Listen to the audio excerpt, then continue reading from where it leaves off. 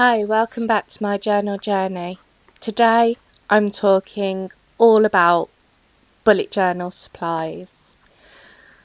I want to start off the video by saying I am incredibly lucky with how many supplies I have and everything that I have collected over many years, and every birthday or Christmas I seem to get something stationery related, even from my secret Santas at work.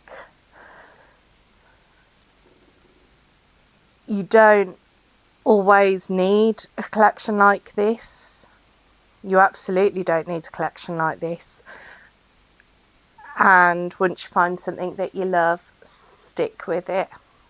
Buy things for the long term as opposed to buying stuff to keep on replacing it. That would be my thoughts.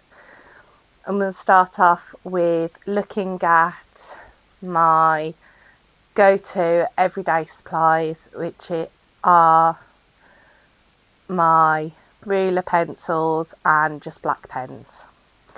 This ruler is just a cheap thing that I found at the range and it's lasted me well. I've got a few 30cm rulers as well, again just from the range. I haven't spent too much money on them. My pencils, this one came from a class trip and this one was from Wilko's in a multi-pack, so it's lasted me a while and it's still got lead in there that I'll continue to use.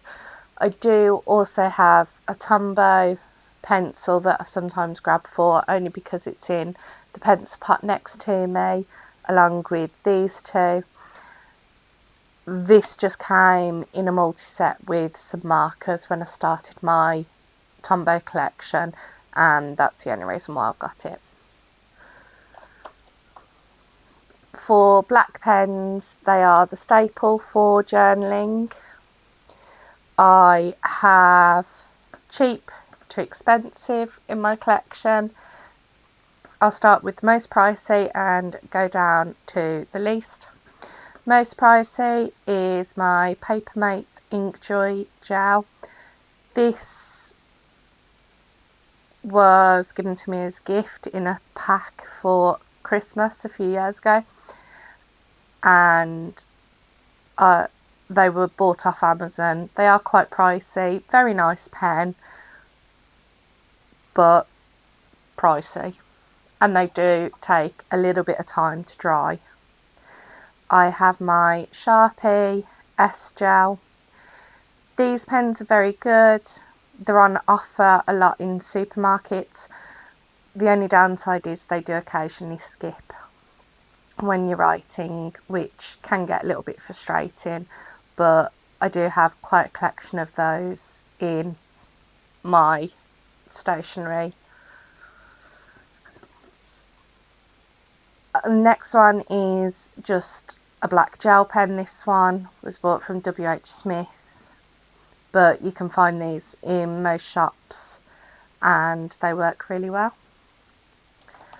Then for my go-to pen at the moment, that is never put in a pencil pot, always just lying out on the side, and it's bought in a pack of 5 from B&M Bargains, and it is just a clicky gel pen and I absolutely love it, so I'll put that up there. Next supply I want to look at is fine liners. So when I'm drawing tables or pictures, I use fine liners. These two are my absolute go-tos.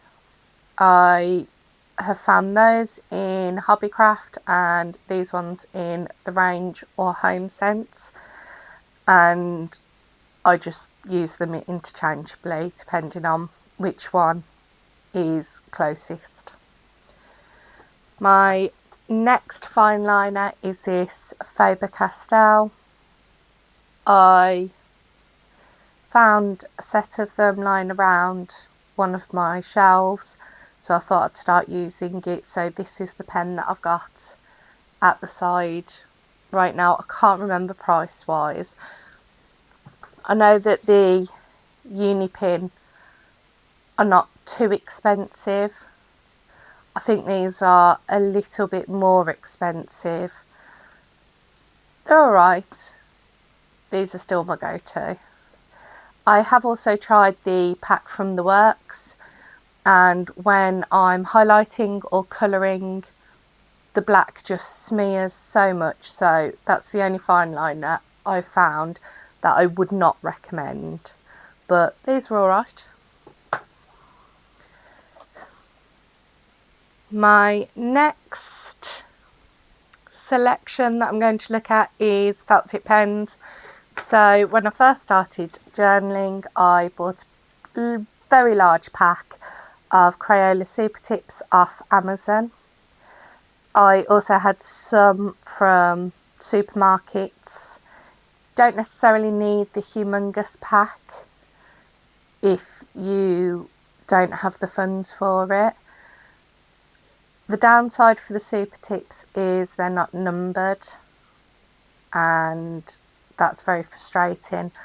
But Super Tips themselves, really good pens, and if you're just starting out and you're not wanting to spend loads of money, I definitely would recommend them.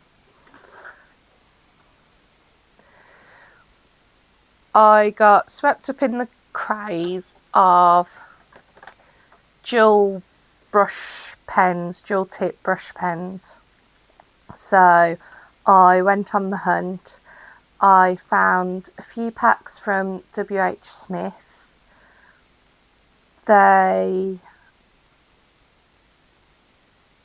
weren't cheap, but they weren't as expensive as Tombows. They do really well. I have no complaints about them. I still use them from time to time in my videos. I also came across in Homesense King Art dual tip brush pens. Work very, very well. Some of them have very soft brushes, which can be a bit frustrating at times, but they have lasted really well because I've had them for a couple of years, and I got the King Art, then the WH Smith. I wanted to see if I enjoyed the dual tip pens with these brushes, and I do. So I decided to just go for it, and with the help of family, I completed my Tombow collection. This can get very expensive very quickly, and if you do find something like this and you can afford it, go for it. If it would have put me in hardship buying these, I don't think they're worth it. I hear everyone absolutely rave about Tombows. Don't get me wrong, they're really good felt tips. Are they head and shoulders above the others that I've got?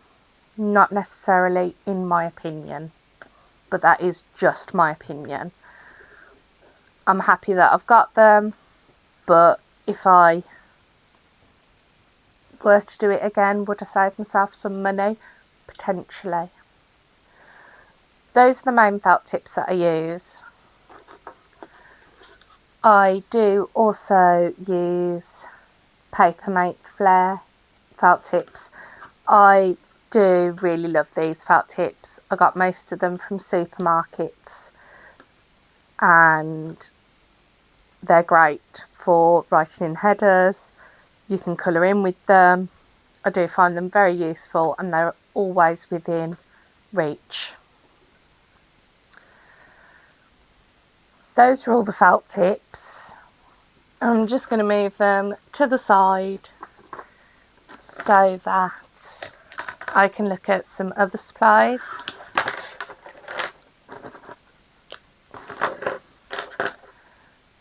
When starting bullet journaling, I use the zebra doodlers in the different types. That one's neon, and I've got a couple of glitters out. Love them. Some of the colours, I think especially in the neon, skip a little bit, but quite inexpensive. I have got a lot of use out of some of the colours, and they are still very close to my journaling setup here, just in case I want to grab for them. Really, really good purchase. My next lot of gel pens are my jelly rolls. I do adore the jelly rolls, and I do use them a lot, especially if there's a massive line of text and I just want to break up the colour. I do reach for them. This month I have been doing dailies, but on some of the days where I haven't had time to write a to-do list, I have just been doing the headlines and the dates with the jelly rolls this month, and that's all that's been in my journal. I just like how it looks. The only downside to the jelly rolls is the fact that they do have a bit of a dry time, and you can very easily smudge what you do. For other miscellaneous pens that I use regularly, I have cheap highlighter pack from B&M Bargains. You can buy them from supermarkets, Home Bargains, B&M Bargains, The Works, Poundland, and I absolutely love the pastel versions.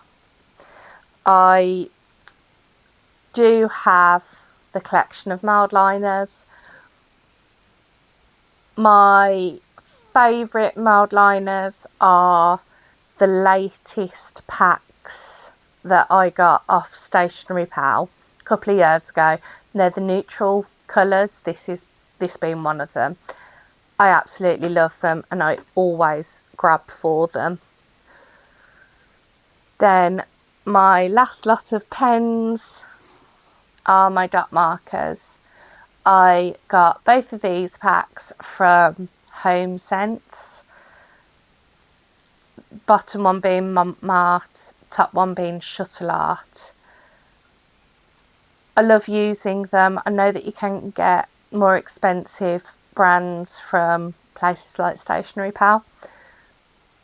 I probably won't do that because I'm really happy with these that I've got.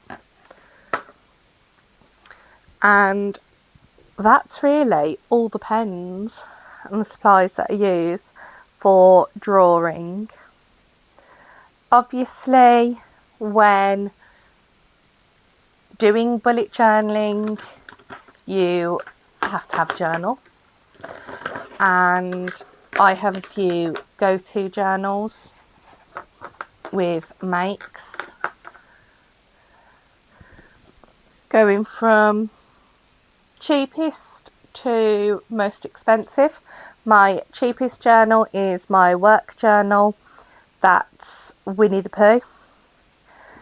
Then I have my Yop and Tom, which was I think £20 from Amazon.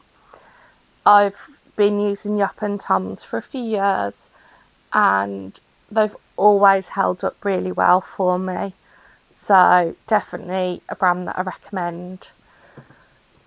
I am currently on my third, I think, Upsa Daisy journal. Upsa Daisy doesn't sell the journals with the pretty pictures on the front. They have these types of journals. I've not written in the new type. I very much appreciate the starting, but I wanted to use up my old cute Upsa Daisy journal. That's why I've got this one this year. I do also have a few Archer and Olives. I know that they are people's go-to journals. I've never written in one, so I can't comment on that, but I do have a few that I do need to try out. I have other random journals lying around from Homesense, Aldi, The Works, Poundland, Homesense, loads of different brands from Homesense. I've got one from Etsy. I just like experimenting with new journals. If you need something very, very budget friendly, Flying Tiger's bullet planner is amazing if you have a Flying Tiger close by. The others I think are great, but you need a bit more money in the bank to have them, because this one's £5, this one's £20, and I can't remember how much the Upsa Daisy journals are. I think they're just a little bit more expensive than the Yop and Toms. But that's my opinion on books. And lastly, just very quickly, other supplies that you might want but don't necessarily need for your bullet journal are things to decorate it with. I have tons of stickers. Lots of these were bought from the range. I also have lots of stickers from Misfit packs off Etsy, Being Bethany Rose, Poundland, the range, Stationery Pal, Journal Say, Amazon. I try to get them while they're on offer, and I know these ones definitely were not that expensive from the range, and I do really enjoy them. Something else I often use in bullet journaling is post-it notes. I've no idea where this one's from. It's really cute. It's just a magnetic list that I use to stick in. I also have memo pads from Being Bethany Rose, and any sort of cute sticky note pad. I'll probably buy it so long as it's not too expensive. I have recently started using the PET tape from Journal Say, which is lovely. It's nice because it's a clear background.